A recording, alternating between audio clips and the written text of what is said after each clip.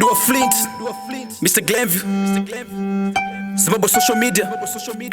DJ Man Talks, Yamat Baba, yeah, Ali. Dirisi shumba huru, varz vegem, dirisi shumba huru, varz vegem, yeah, varz vegem,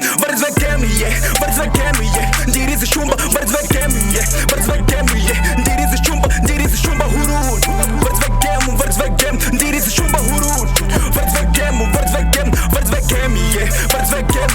dirisi shumba, varz vegem, yeah,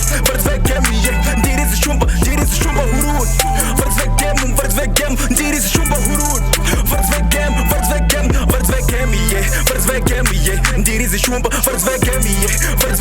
yeah, ndirizi shumba huru, kata muru, ndirizi shumba kata mushurube, dina kupusa hantive bokwe, ukura bashinu, ungati ishuru, shumba huru, nyamuziwa, vandiwona, obudaziwa, usavunduke, ewe chiwa, iti wino, wema gitari, yeah, ndini shumba huru, yepa geto, handipate chonzi peto, shumba huru ndo yangu moto, vandiwona fe, pamukoto, mabazi ndo mira, mateni ndo kanda, totisa na level, se marivo panda, Dirisi shumba huru, varz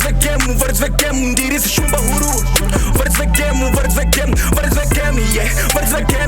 dirisi shumba, varz vegem, yeah, dirisi shumba huru, varz vegem, dirisi shumba huru, varz vegem, yeah, dirisi shumba, varz vegem, yeah, dirisi shumba huru, varz vegem, dirisi shumba huru, varz vegem, yeah, ndirizi shumba, varz vegem,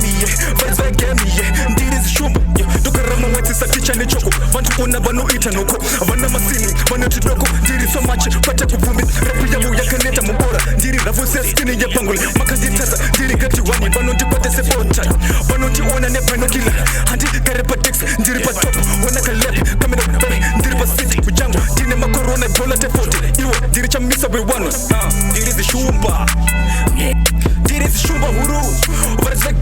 vegem, dirisi shumba huru, varz vegem, yeah, dirisi shumba, varz vegem, yeah, dirisi shumba huru, varz vegem, dirisi shumba huru, varz vegem, yeah, dirisi shumba, varz vegem, yeah, dirisi shumba huru, varz vegem, dirisi shumba huru, varz vegem, yeah, ndirizi shumba, varz vegem, yeah, ndirizi shumba, ndirizi shumba huru, ndirizi shumba,